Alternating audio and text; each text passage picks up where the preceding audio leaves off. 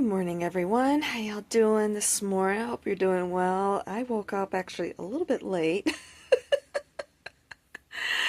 Well, in a way I didn't. Let me see here. I woke up, it was sometime after 5 this morning, needing to use the bathroom, and then went, um, went downstairs, took care of that, came back upstairs, so I'm like, okay, I'm gonna go back to sleep. And then my alarm was going off that I was starting to have a low sugar. I'm like, oh, great. And I was fine. Something happened. In the meantime, it was just like, oh my goodness. So, of course, I had to eat. Then I was awake. Then I was debating, well, maybe I should stay awake or whatever. Then I finally fell back to sleep. And I thought, well, okay, maybe I'll just sleep for maybe another hour or something like that. I woke up. It was after 10 o'clock. That's okay. Sleep is a good thing. We like sleep, don't we? Yes, we do. But since I have that appointment at 4 o'clock to do the background check, and I'll probably have to um, do a drug test too. Yeah, I'm going to skip doing my yoga or going for my walk. But definitely did those yesterday. I'm so glad I did. I had a revelation, something I remembered from childhood while I was doing my yoga yesterday. And it ties into yesterday's video with what I was talking about. So if you haven't seen that, I definitely recommend watching that one. But yeah, that was a big epiphany, really, as to what I was dealing with, what I was hashing out, what I was, trying to figure out, what was really triggering me, what was really behind the triggers with what I was dealing with. I know I had this bit of hair there that's just kind of like, choom, whatever. And I won't go into it or anything, not here anyway. But it definitely goes back to childhood with things that I dealt with and so forth. And it's like, okay, this is all making sense now. Because growing up, I won't go into the big thing or whatever, but growing up, at least my first years there in Michigan, they weren't easy. They were very, very tough. Even though it was just the three of us, my parents and myself, I was an only child.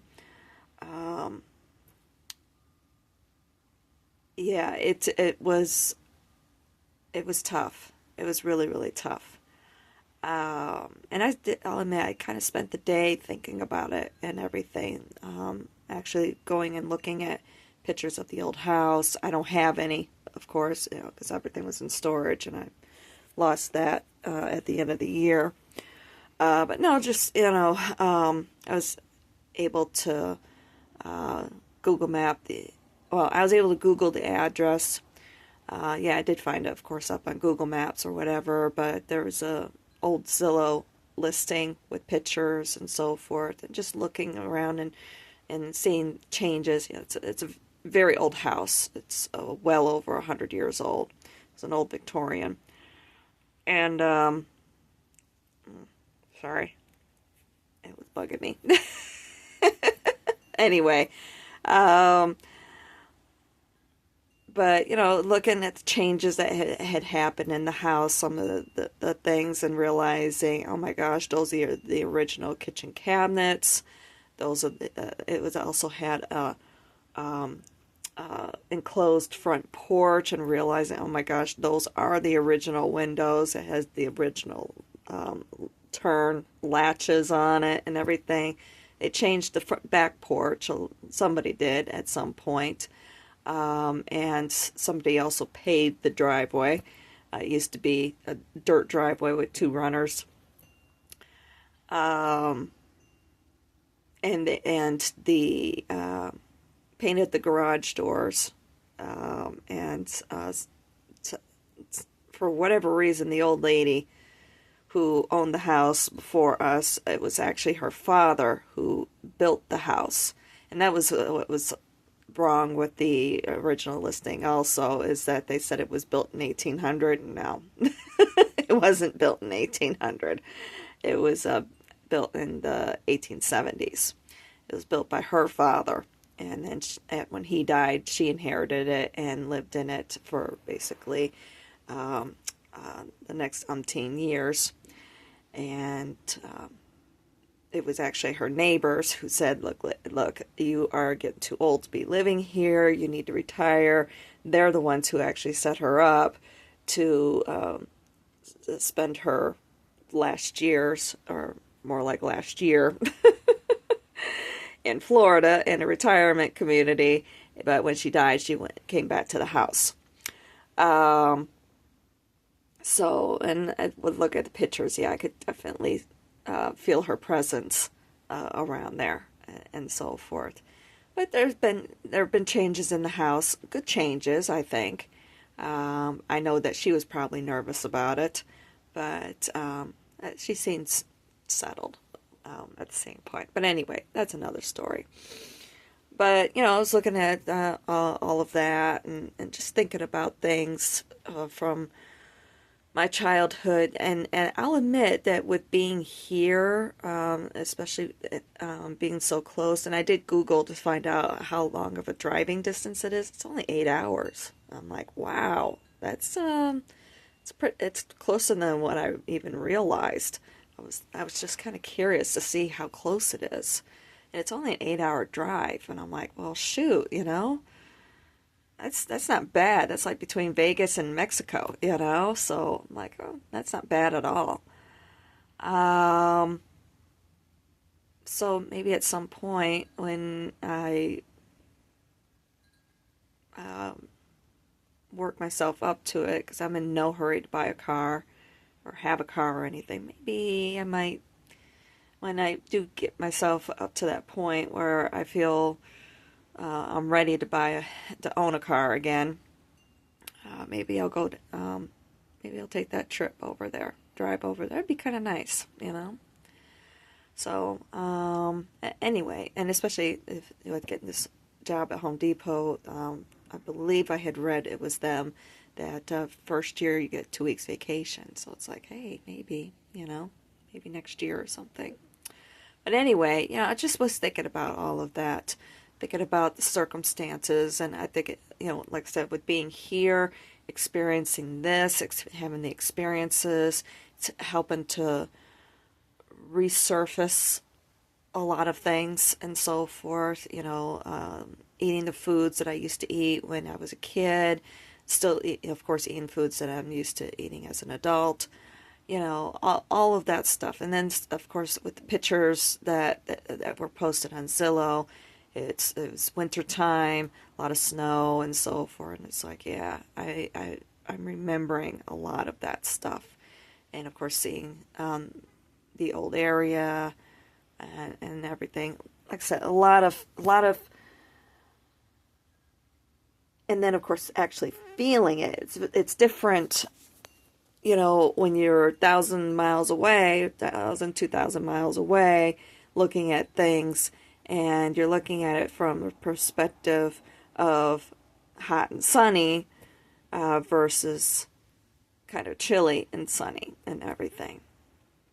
And then really being surrounded by all those, oh, excuse me, those feelings of nostalgia and so forth, because you're in it. Now you're actually in it, versus you're still kind of in it from afar, so you're not really experiencing it.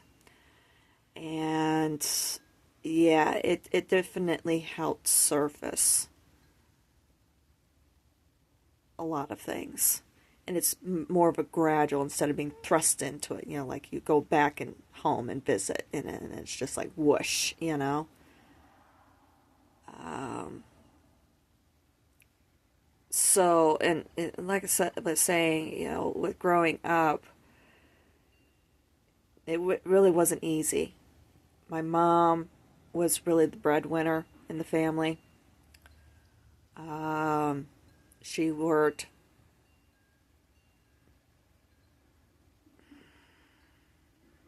I really don't know how long she worked, 'cause I remember. I was just a kid at the time. I was usually either dropped off at the babysitter or I was at home with my father. Anyway, I don't, nothing happened as far as anything like that is concerned. I want to make that perfectly clear, okay? It, it it's it anyway. It's yeah, like I said, my mom was really the breadwinner in the family. She would, we lived in a small resort town, but she worked about 2 hours away, and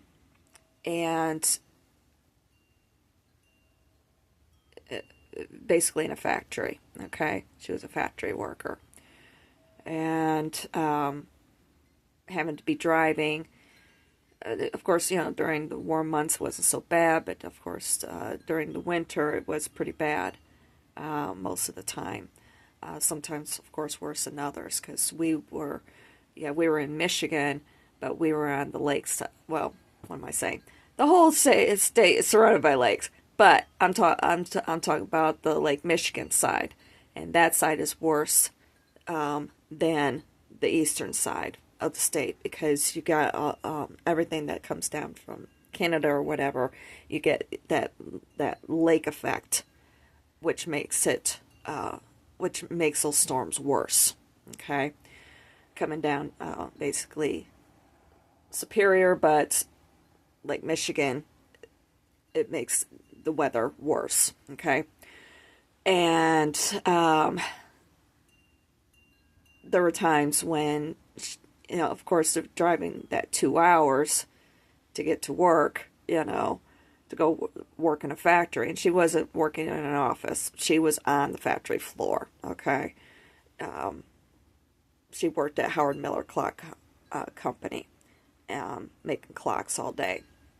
So she was, doing the woodworking. She was doing the sanding. She was doing the staining, lacquering, and so on and so forth, okay?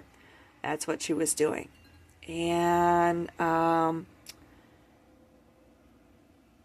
then, having that 2 hour drive, and then she has to drive back home, at least 5 days a week.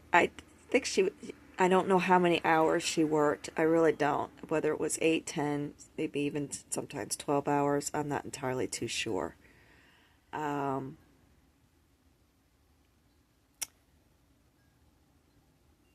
But, and then my father, unfortunately, was laid off most of the time during the winter. Um,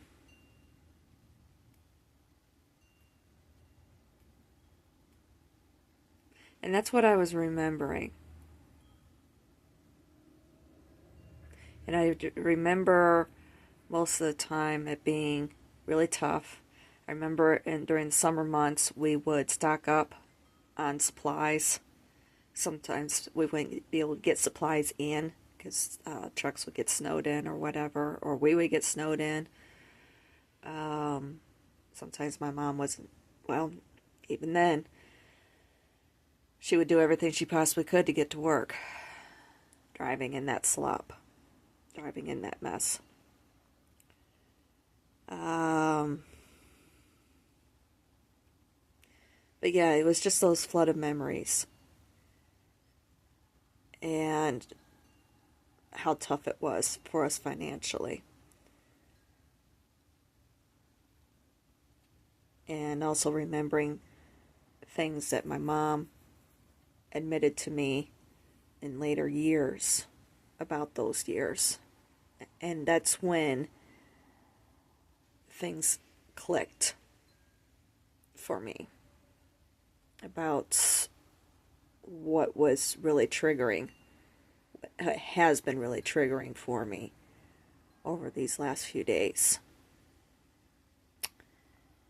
And I'm like, okay.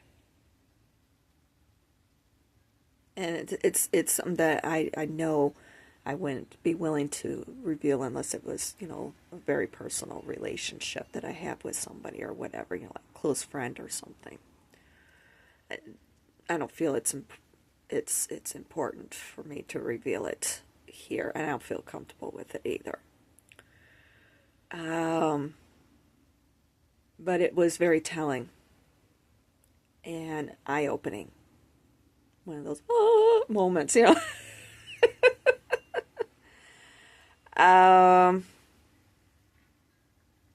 But yeah, I think it's important for all of us to go through that so we can really and truly understand. And of course, there was always the family drama with the external family, with the drama queens or whatever. There was always, of course, all that going on. But as far as, what I was experiencing the last few days with my own triggers and so forth, it's like, and everything, it's like, yeah, explains a lot. Not just with that, but a lot of other things in my life as well. I'm like, okay, a lot of other things, yeah. So, it's like, okay, now we can heal. And that's what's important. We can heal and build better relationships. That's the way I'm looking at it. Build better relationships. Build a better relationship with myself. Build better relationships with, of course, my baby. And build better relationships with other people. Especially since this is more than just a new chapter. It's a new book of my life. And that's what I've been looking for, really, for a long time, even before I started on the spiritual journey. And it's exciting. I feel a lot more at ease. I feel like I'm more prepared. And I just got done. Yeah, MJ is back, by the way. MJ is back doing her readings. I didn't know it, but she did do a, for whoever who needs to hear this message yesterday, because I know that the community post had said that she would be back today. So I went up there and took a look, and I saw that she actually did do a post yesterday. It's like, oops, okay. And so I watched that before I fell asleep this morning, but I just got done watching her morning message. At first it was just kind of like, oh, this isn't really resonating or whatever, but I always watch her the videos fully, because sometimes it might just be one little thing that comes out or whatever, but no, it actually wound up being a message that resonated for me. At least, bits and parts and so forth. So, it all tied in with what I'm definitely feeling now. And I feel, just like she was saying in her message this morning, that I feel like I'm more prepared now with,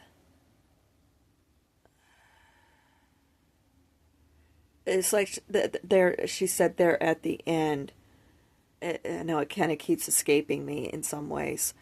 Yeah, you can see the people who are the bullshitters, but you can also see people who are more enlightened, but of course they have their flaws, like we all do.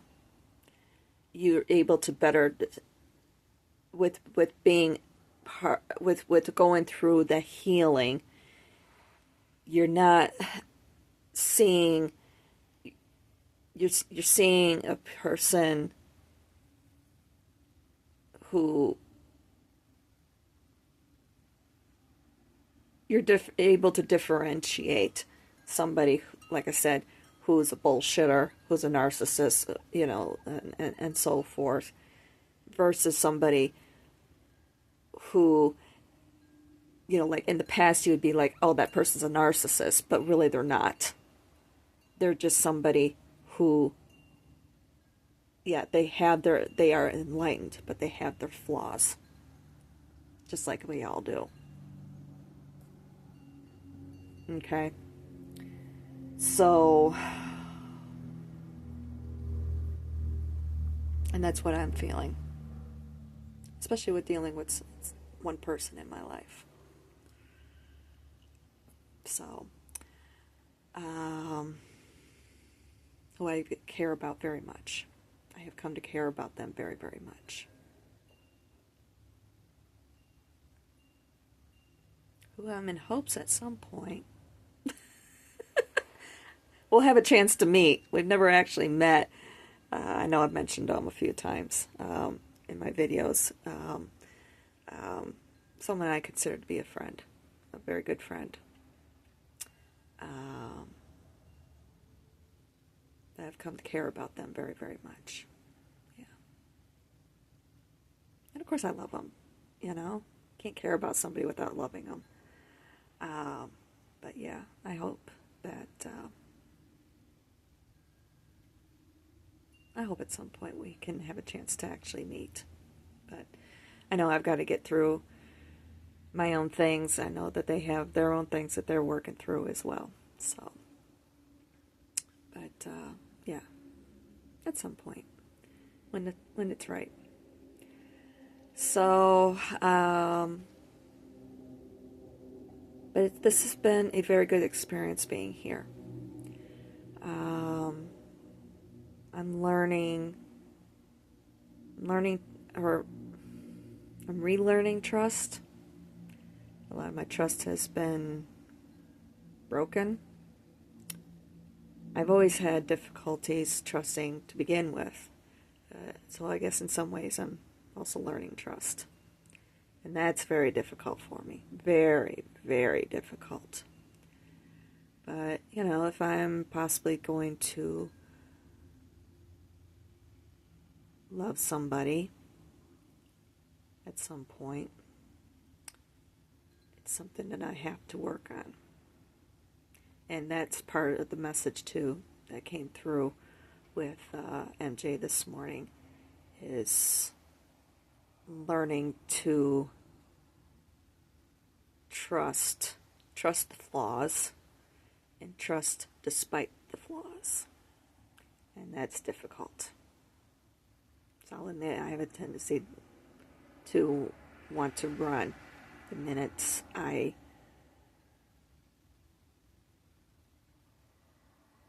spot trouble.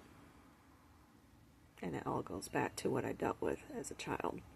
It's unfortunately, I think it's the same as whether you're an only child or someone who was the oldest child. And if I went with men that I have dated, I have had a tendency to date men who were, like the oldest in the family. And that's been proven scientifically even through sociologists. Because we're the ones who tend to bear the brunt of the family troubles and so forth. So we relate to each other, we tend to be more of the responsible ones and so forth.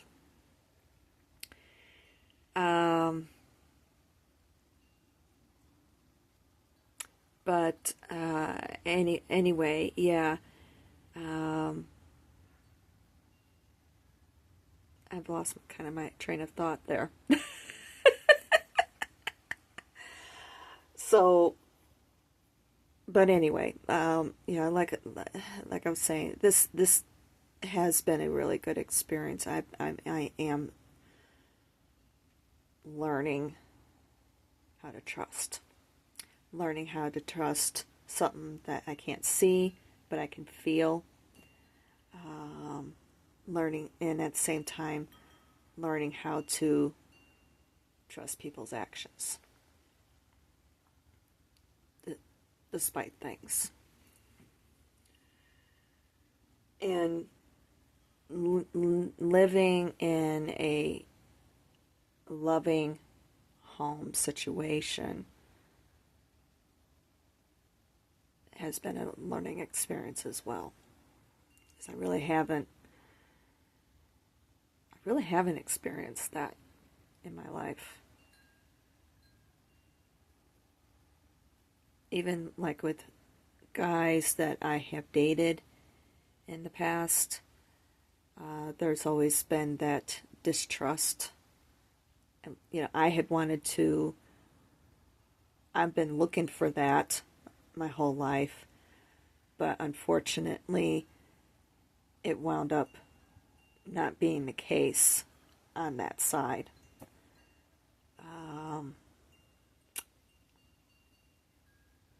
Either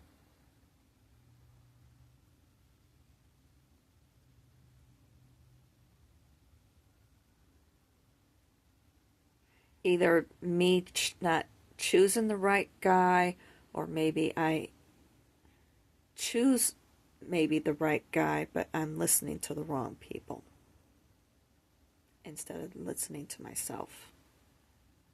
And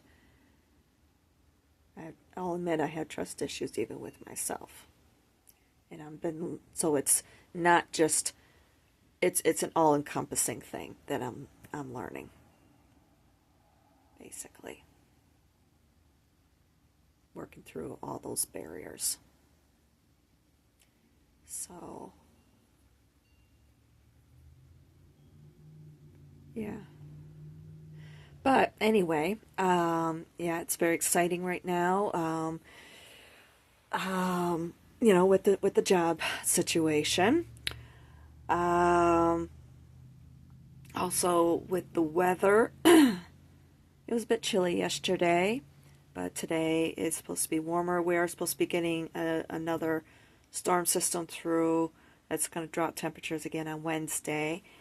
But today, tomorrow is supposed to be absolutely gorgeous. I slept with the window open most of the night.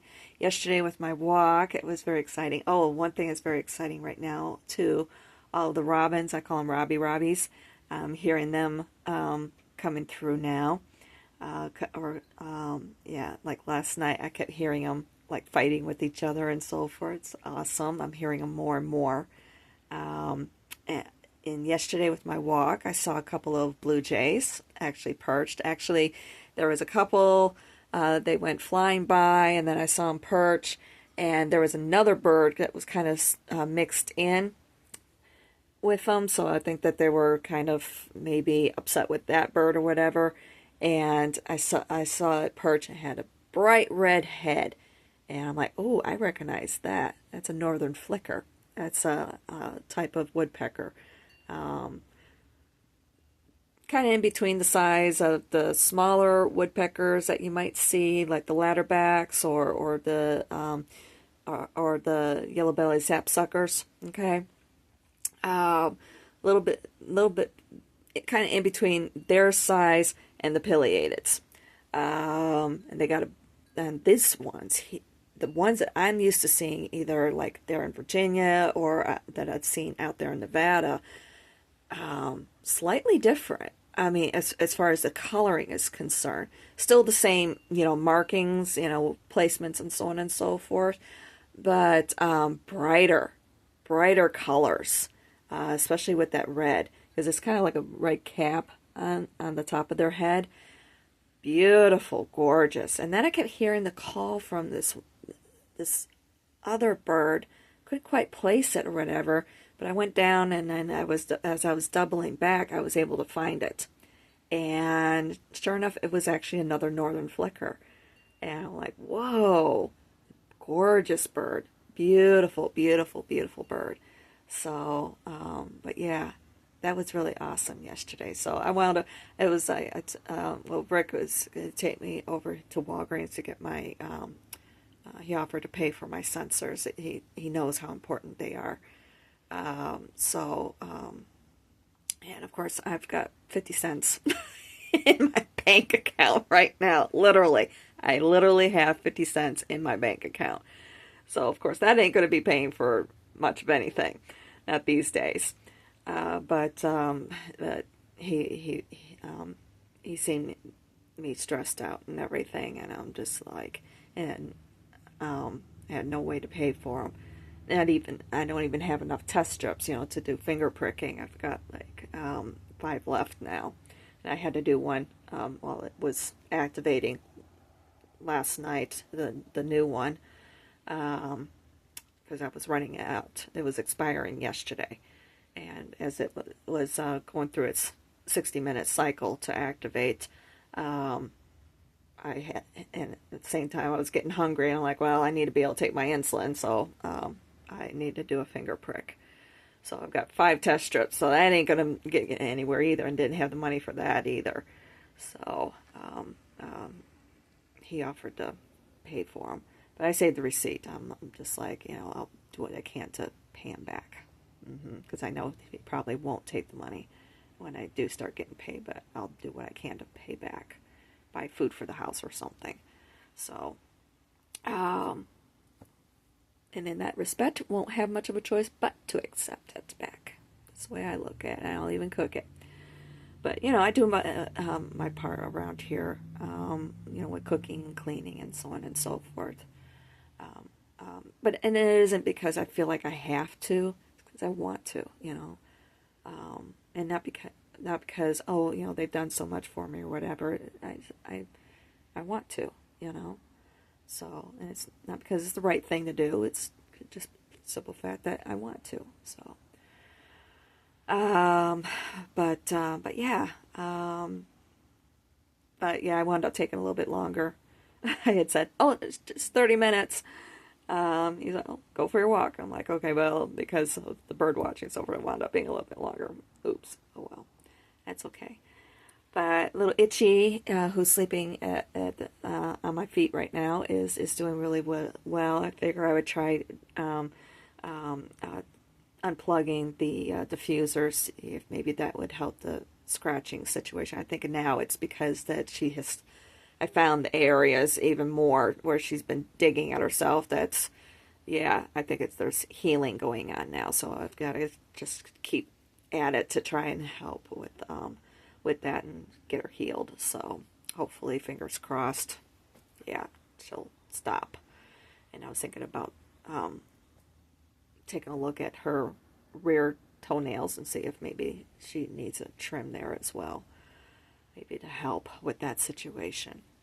But in the meantime, it's actually almost 11:30. I gotta get myself moving, and I'm actually running over on time with the video. So, and I still gotta get a shower and eat and all that sort of good stuff. So, and feed her.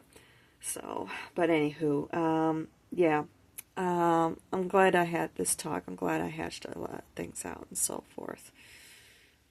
I think I've even figured out the title for the video. So, all right. I'll talk to y'all later. I love you guys. I love you. And, I'll talk to y'all soon. Mwah.